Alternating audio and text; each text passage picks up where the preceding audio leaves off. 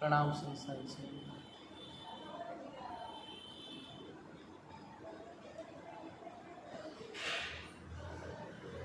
श्री बंधु सतगुरु चरणा को करो सप्रेम प्रणाम।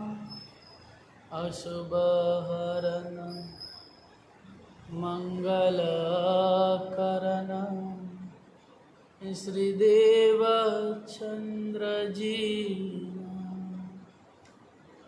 श्री देव चंद्र जी को दरसा दियो, जो है पूर्ण रूप तारतम्य को तत्व कहयो, हृदय बैठे सरो। श्री प्राणनाथ निज मूलपति, श्री महराज सुनाम। श्री तेज कुंवर श्यामा जुगल को पल पल करो प्रणाम, पियाज को पल पल करो प्रणाम।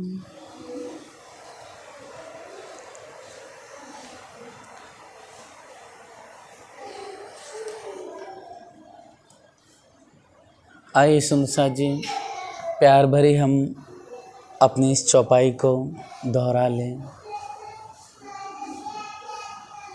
अब जो जानो तो करो, मैं तो आए ग्रहे कदम, अब मैं तो कहो ना जाऊंगा, रहो हक के तले हो काम, रहो हक के तले हो काम। ए बात धारे की सुन के,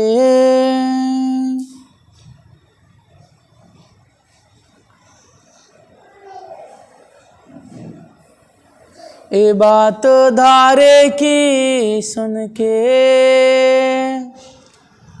आप हादी महामती सद्गुरु श्री लालदास जी महाराज जी फरमाते हैं कि हे प्यारे सुंदर साथ जी,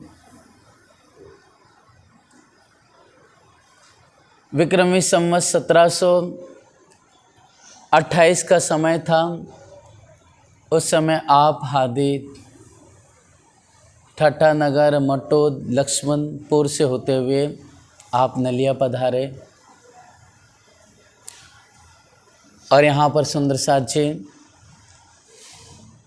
जैसे आप यहाँ पधारे तो तुरंत आकर के मंडई से होते हुए तो आपको धारा भाई मिलते हैं। और धारा भाई जो अपनी दुखद घटना होती है, उस दुखद घटना के बारे में भली भांति अवगत कराते हैं और सारा अपना दुखड़ा और अपना परिवार लेकर के श्री जी के चरणों में आते हैं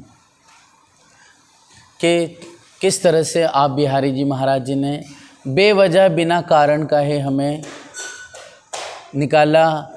यहाँ तक कि हाँ चलो हमें निकाला तो कोई बात नहीं, लेकिन हमारे साथ साथ में हमारे परिवार को भी क्या कर दिया, देश से निकाला दे दिया। और यहाँ पर जब हम सब मिलकर के नौतनपुरी आए तो बहुत रोए धोए उपास किया, लेकिन किसी भी प्रकार से बिहारी जी टस से मस नहीं हुए और हमारी जो आजीजी थी, जो प्रार्थना थी, विनती थी, उसे सुना नहीं उन्होंने। तब हे सुंदर, हे श्री जी, हे महाराज जी, बस हमें बस आपकी एक आस लगी और हमने सब ने यही बताया कि अगर इंद्रावती अर्थात श्री महाराज जी से अगर आप प्रार्थना करेंगे तो निश्चित रूप से वही आपके मनोकामना पूरी करेंगे और आपको सुंदर साथ में शामिल वही बिहारी जी से बात करके करवा सकते हैं। इस तरह से सुंदर साथ जी आप धारा भाई से जी के चरणों में आते हैं और अपनी सारी दुखद अवस्था से अवगत कराते हैं। और यहाँ पर आप कहते हैं कि अब जो जानो त्यो करो, मैं तो ग्रह कदम, बस अब कुछ नहीं, आपके चरणों के अलावा हम कुछ नहीं जानते हैं। हे प्यारी अर्श की रूहो, हमारे धनी हम सब को कहीं ना कहीं बहुत इंतहा प्यार करते हैं, लेकिन हमने जो मनोरथ किया था उस दिव्य मूल मिलाप में बैठ कर के जो धनी से रबद किया था और वही रबद के कारण हम इस खेल में आए। हे प्राण वल्लभ सुंदर साक्षी, धनी हमें वही दुख दिखा रहे हैं और हमें ऐसा लगता है कि दुख दिखा रहे हैं तो धनी हमसे नाराज़ हो गए, लेकिन ऐसी कोई बात नहीं है। धनी कहीं ना कहीं दुख देख करके हमें दिखा करके हमें क्या कर रहे हैं, हमारे ही मनोरथ, हमने अभिलाषा जो चाहना की थी परम धाम में, वो अभिलाषा आप हम सखियों की पूरी कर रहे हैं। इसलिए धारा भाई भी दुखी हुए। सारा आपको धनी का दर्शन हो रहा था वाणी, और आप गा रहे थे ब्रजराज की परम धाम का प्यारा नज़ारा आप बयान कर रहे थे, लेकिन खंबालिये में सब मदमस्त हो गए थे, लेकिन बिहारी जी को अच्छा नहीं लगा और कारण कारज राजी ने बनाया और धाराबाई उनके परिवार को दुख दिया। फिर सुंदर साथ जी ये भी एक कारण कारज है कि आप आकर के इंद्रावती के चरणों लगते हैं महाराज जी के, और क्या कह रहे हैं कि जो जानो तो करो। जैसे हम भी जब बहुत दुखी हो और परेशान होते सुंदर साथ जी, तब एक हमेशा ये वाणी गायन करते हैं जिसका वर्णन सुंदर साथ जी खिलवत किताब में भी आया हुआ है, जिस चौपाई का। और क्या कहते हैं, हम दुखी होकर के परेशान होकर के धनी की चरणों में एकाग्र चित्त होकर के हमेशा हम इस वाणी को गाते हैं। जो जानो तो रखो, जो जानो तो रखो, धनी तुम्हारी मैं, जो जानो तो रखो, जो जानो तो रखो, धनी तुम्हारी मैं। एक कहने को भी न कछो, एक कहने को भी न कछो, कहाँ कहूँ तुमसे, जो जानो तो रखो, धनी तुम्हारी मैं। ओ कछु कछु दिल में उपजा, सो भी तुम ही उपजावा, कछु कछु दिल में उपजा, सो भी तुम ही उपजावा, दिल बाहर भीतर अंतर, सो भी तुम ही हक जाना, जो जानो तो रखो, जो जानो तो रखो, धनी तुम्हारी मैं। जानो तो राजी रखो, जानो तो दिल गे, जानो तो राजी रखो, जानो तो दिल गे। या पाक करो हादीपना, या बैठाओ माहे तक से, या पाक करो हादीपन, या बैठाओ माहे तक से। जो जानो तो रखो, जो जानो तो रखो, धनी तुम्हारी, धनी तुम्हारी मैं। इस तरह से है सुंदर साथी, आप धारा भाई धनी के चरणों में यही अर्जी रखते हैं। अब जैसा आप चाहो वैसा हमारे साथ कीजिए। हम तो सब पूर्ण रूप से असहाय हो चुके हैं और आपके चरणों में सब अर्पित करते हैं। उसी प्रकार है सुंदर साथ जी, अगर हमें चितवनी नहीं लग रही है या फिर हम माया के कामों में उलझ रहे हैं, हम धनी को याद नहीं कर पा रहे हैं, तो हमें बार बार ये प्रार्थना करते रहना है कि धनी अब जानो, आप चाहे राज़ी रखो, चाहे हमें आप दुखी करो,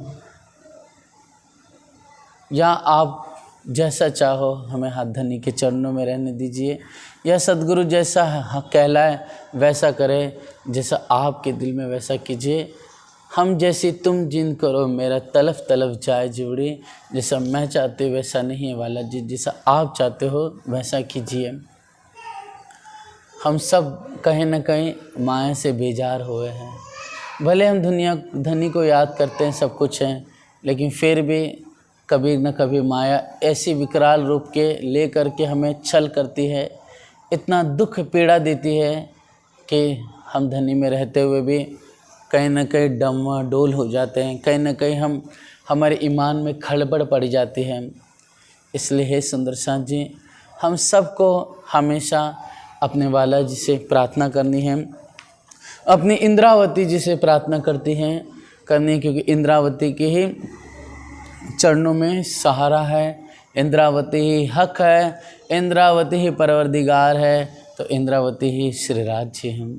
इसलिए हे सुंदर साथ जी, सारी शोभा वाला जी ने प्यार से मोहब्बत से अपनी मैं को इंद्रावती की मैं बना करके एक कर दिया है।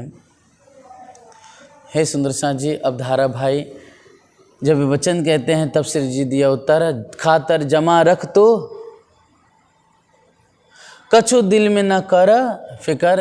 हे धारा भाई, तुम किसी प्रकार से चिंता मत करो, धैर्य रखो और दिल में किसी प्रकार से आप चिंता न करना, परेशान न हो रहा।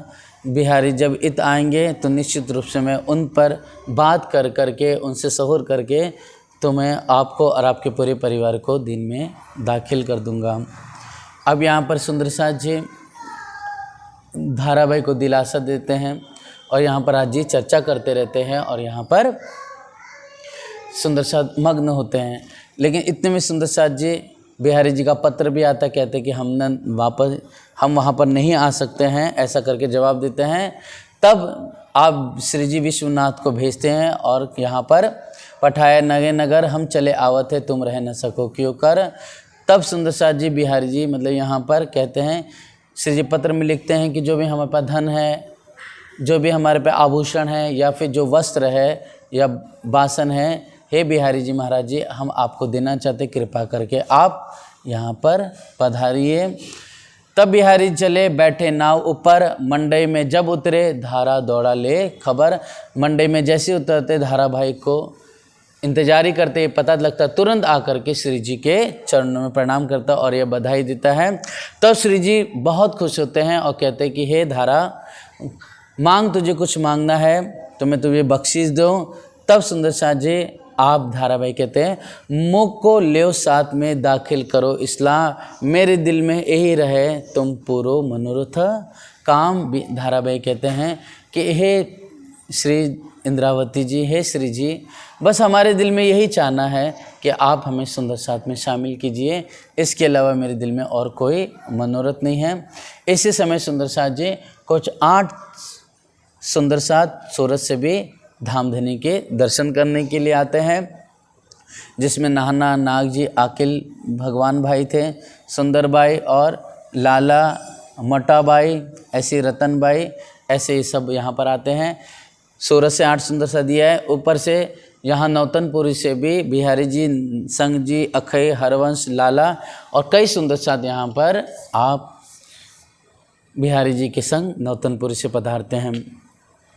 और श्री जी की सोहबत में एक बाई कही तेज और ऊपर राधा इनों की सेवा में हेज। इस तरह से और भी सुंदर साथ श्री जी के संग थे, जिसमें तेज बाई, रूपा राधा बाई, ये सब थे, नाथा भाई, खेमा बाई और सूरजी, हरजी, थीरदास, जीवराज, ये सब भी अजबाई बहन धारे के ए आए विनती के काज। कुछ सुंदर साथ विनती के लिए आए कि धाराबाई को सम्मिलित कर लिया जाए, तो कोई सुंदर साथ श्री जी के संग संग ही आप धनी के चरणों में ही थे।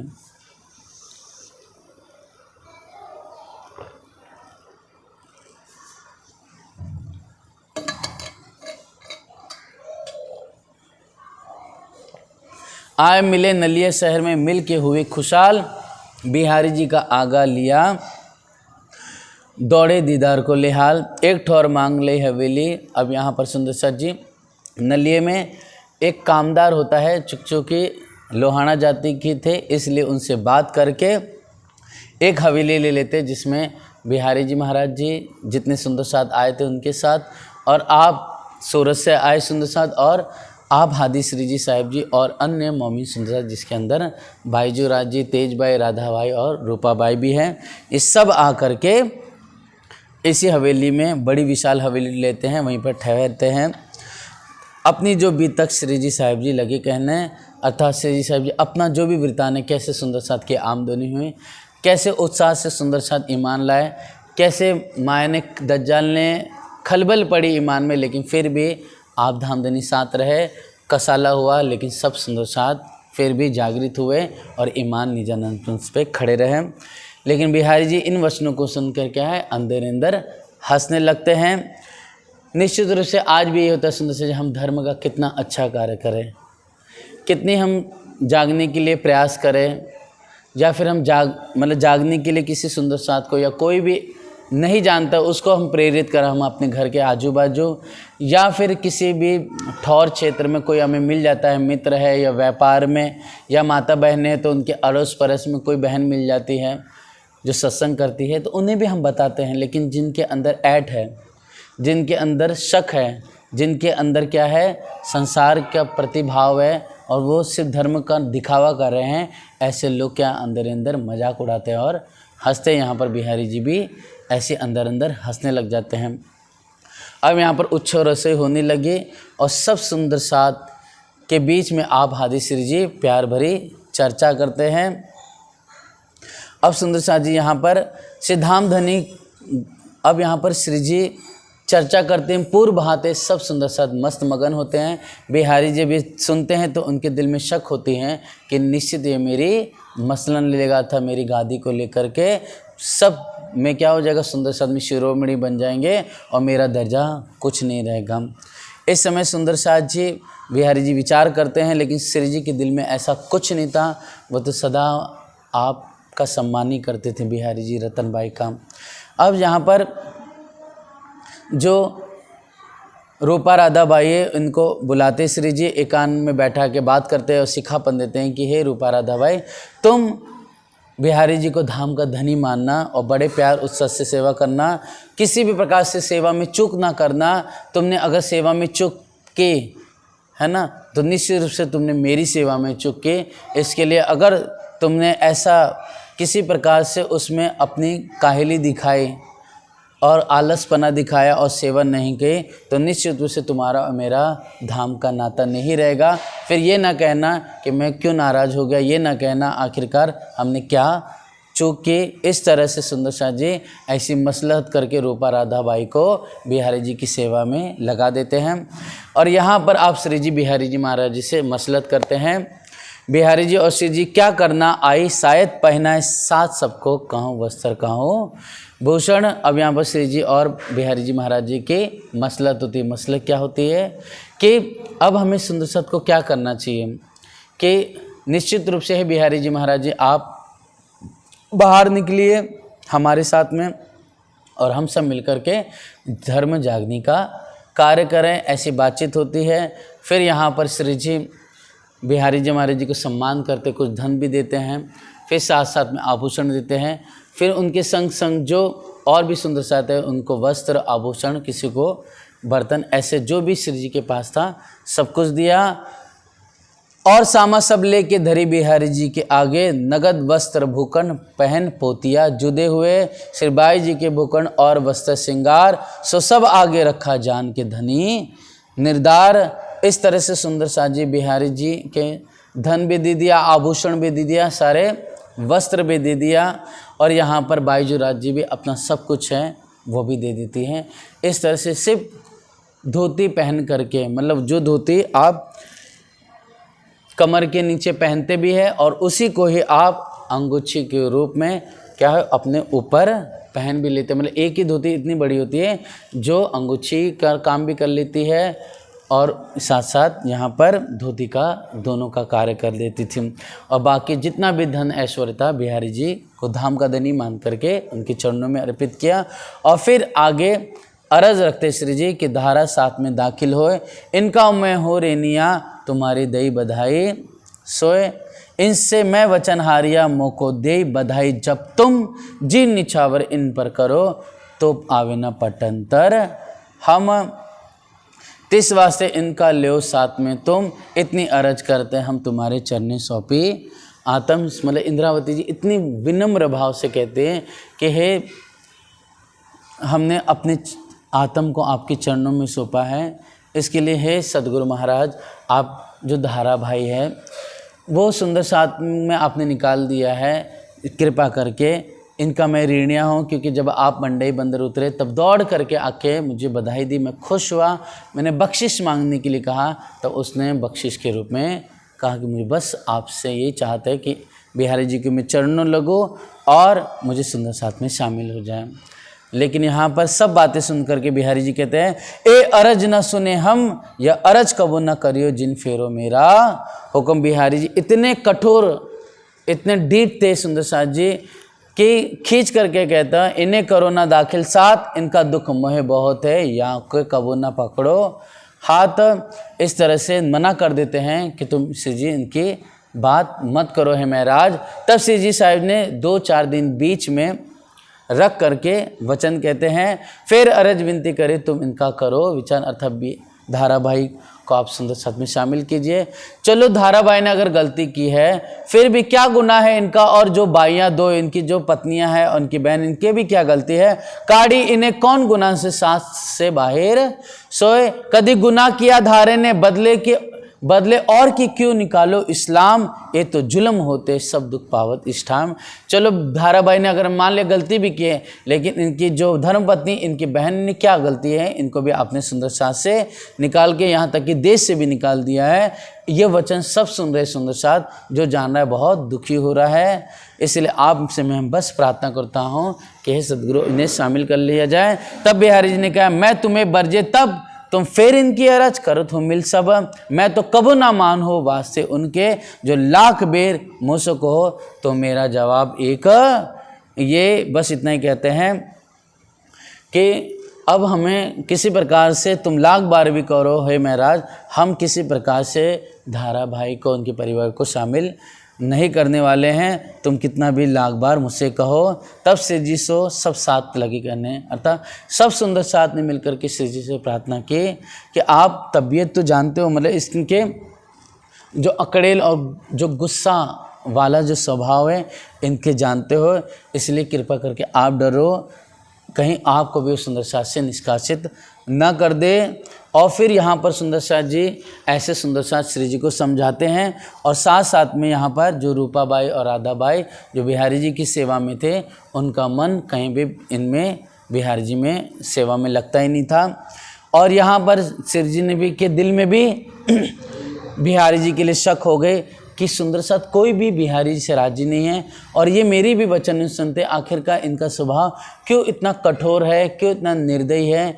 जो धनी देवचंद इतने नरम दिल थे, पावन पवित्र थे, आखिरकार बिहारी जी के अंदर क्या धाम धनी नहीं बैठे हुए हैं, ऐसा विचार करते हुए आपके अंदर भी शक बढ़ चलती है। से महामत कहे ए साजदी ए नलिया में मचकोर, और भी अजू बहुत हैं सो आगे कहो जहूर। अर्थात ये नलिया में ये घटना घटित हुई, इसके साथ साथ और भी कई घटनाएं मैं उससे बयान फरमा रहा हूँ।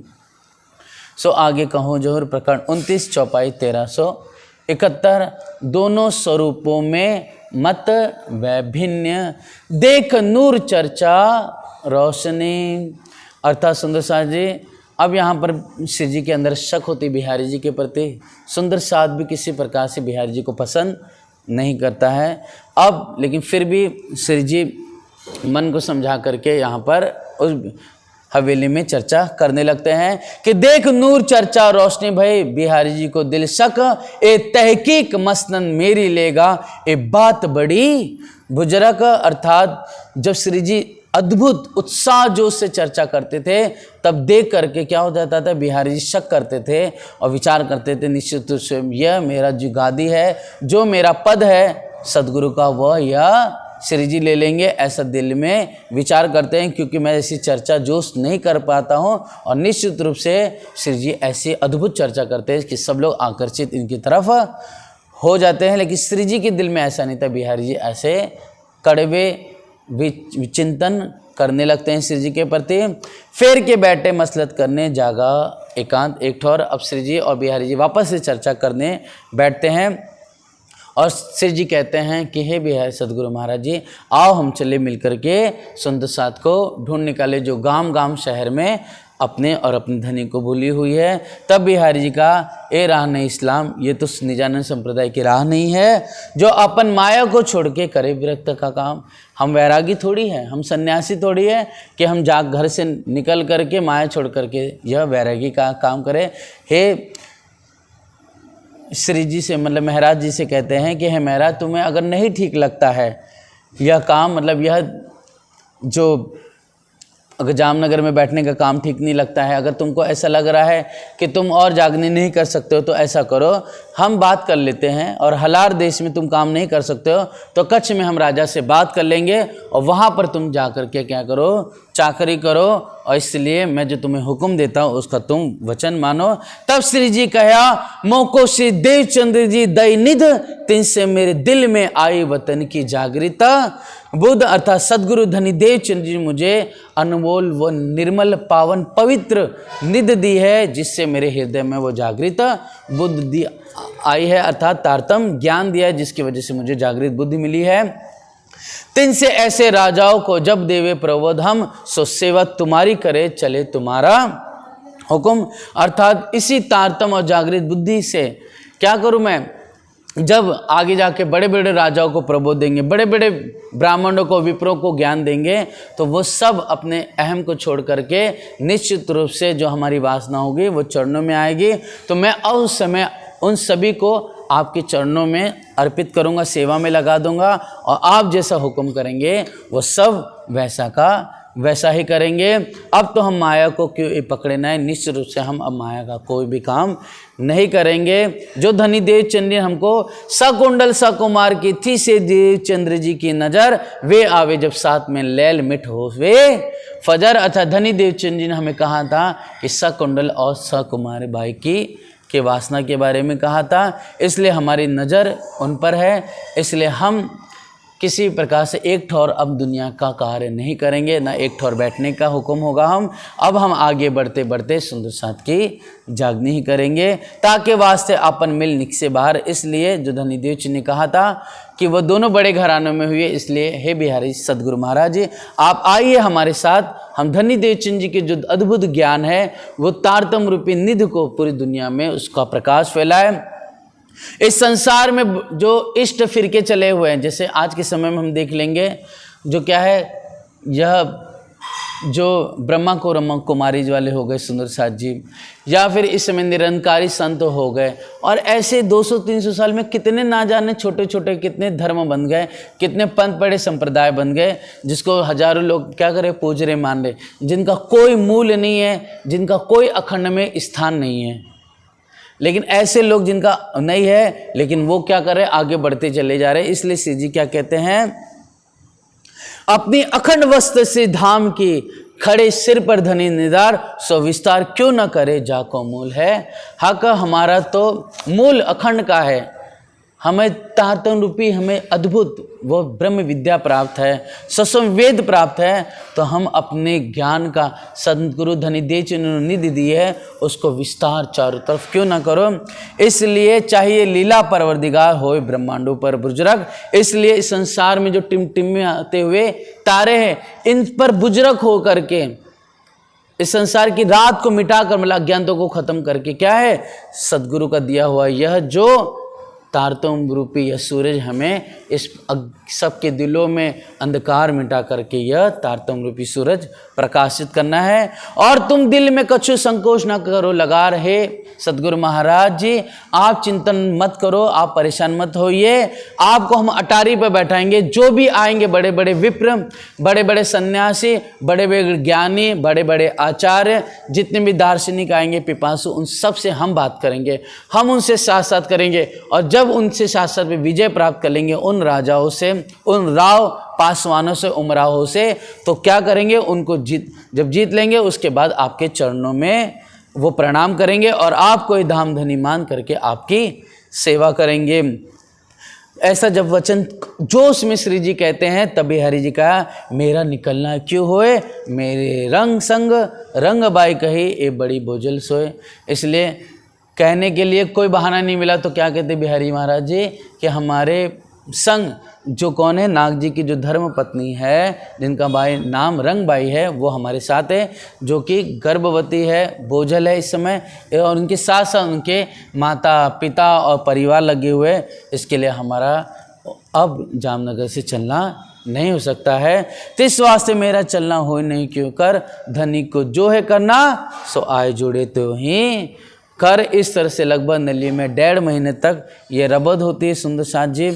और कहीं ना कहीं सुंदर साथ के अंदर में इस विचार को देख करके बिहारी जी के शंका बढ़ जाती है, शक बढ़ जाती है, क्या ये सदगुरु हो सकते हैं, ये तो सदगुरु हो ही नहीं सकते हैं। सदगुरु तो होना चाहिए जैसे अच्छा, जैसे श्री जी है, जैसे श्री महाराज जी है, ऐसा करके सब अंदर अंदर विचार करते हैं। बिहारी जी को अब शक बैठ जाती कि रूपा राधा भाई अब सेवा में नहीं आ रही है, निश्चित रूप से क्या है, मेरे अंदर वो कमी देखने लग जाती है। श्री जी के दिल में भी ऐसी उपजी आए, इत आवे श्रीराज को मेरा दिल क्यों ए ना समझाए। यहाँ पर बिहारी जी को शक होती है कि मेरी गादी लेंगे महाराज जी, दूसरा रूपा राधा भाई सेवा में नहीं आ रही है, तो इनके अंदर भी इनके प्रति दूर भावना आ जाती है। तीसरा सुंदर साथ जी, श्री जी अब विचार करते हैं कि मेरा मन क्यों नहीं मान रहा है कि बिहारी जी के अंदर कोई वासना है कि नहीं, राज्य का आवेश है कि नहीं, ऐसा आपके अंदर शंका बैठती है। इस तरह से बिहारी जी के अंदर शंका श्री जी के प्रति, सुंदर साथ के प्रति, और बिहारी जी श्री जी के अंदर बिहारी जी के प्रति क्या उनके अंदर राज्य का आवेश नहीं है। आखिरकार क्यों इतना यह कठोर अनुशासन सुंदर साथ पे चला रहे हैं। फिर भी आप श्री जी ये अपना चित्त समझाए क्यों, फिर अवगुण उठा सोभान के फिर शुद्ध किया दूसरी बेर। इस तरह से जो अवगुण आया था आप श्री जी ने उसको फेर कर करके, मतलब उसको अपने मन को समझा करके, आप जो प्रेम और आत्म का भाव है उसे आपने ग्रहण किया, आत्म बुद्धि लगाई।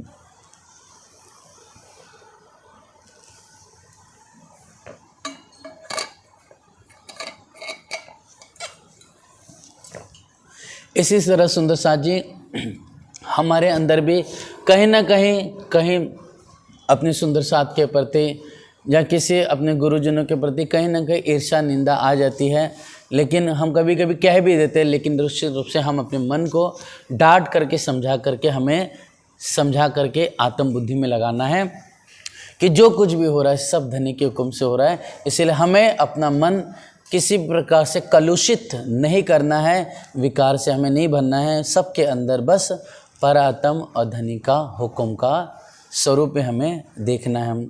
इस तरह से सुंदर साथ जी ये घटना भी कहीं ना कहीं हमारे लिए है कि श्री जी ने जैसे अपने मन को जो शंका आई उसको मिटा करके अपने चित्त को पवित्र किया, मन को सुधारा और आत्म बुद्धि से विचार किया।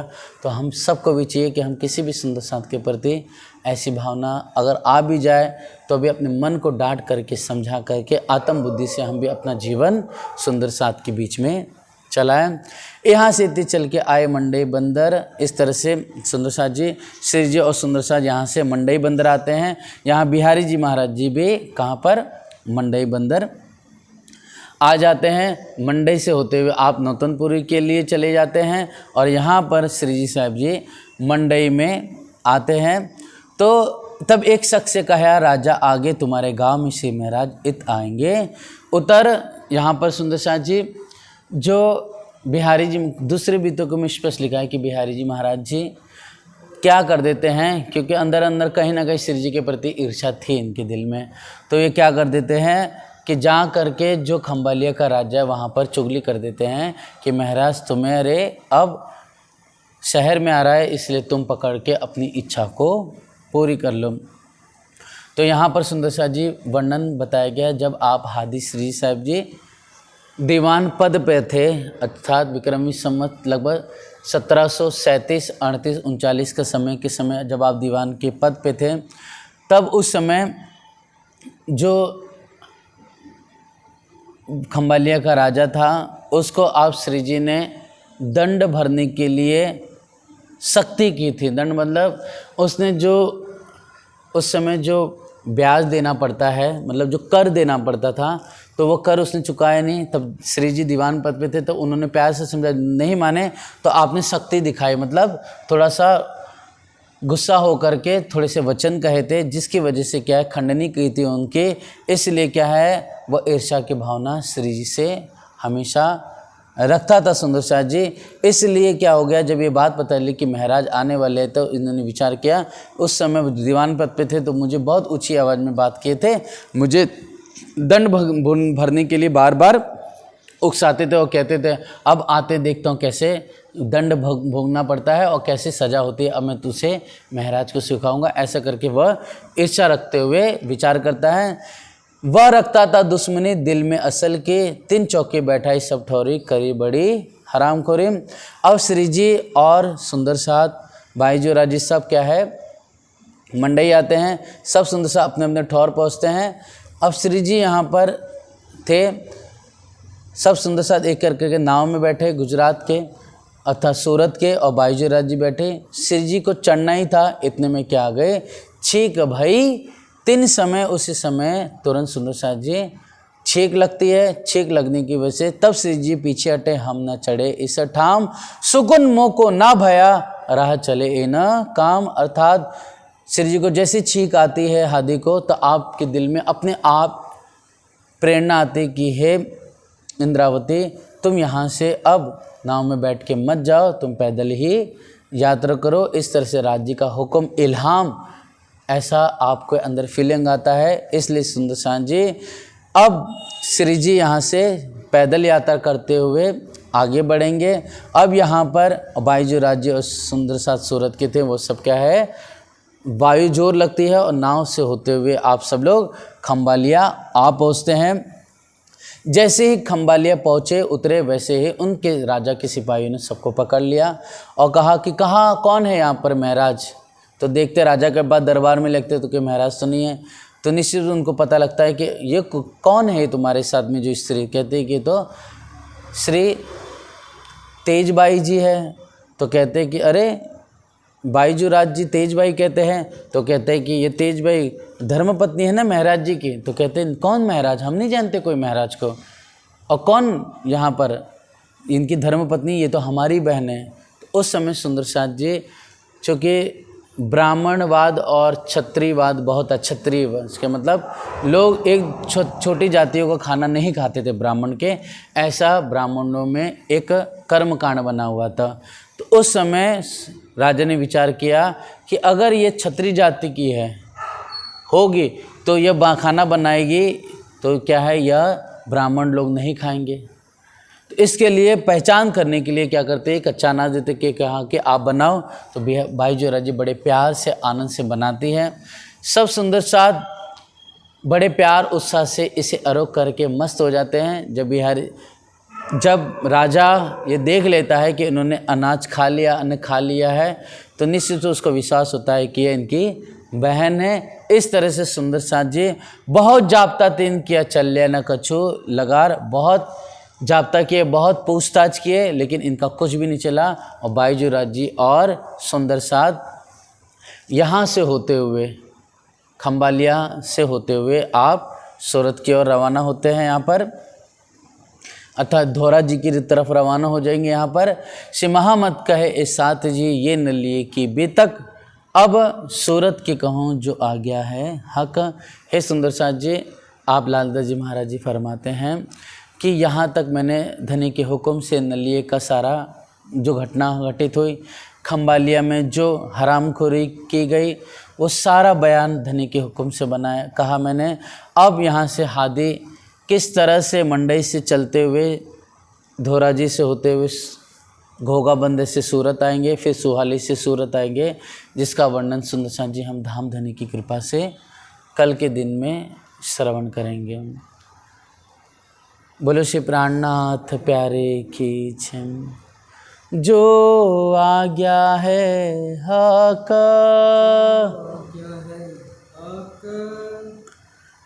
श्री महामद कहे साथ जी,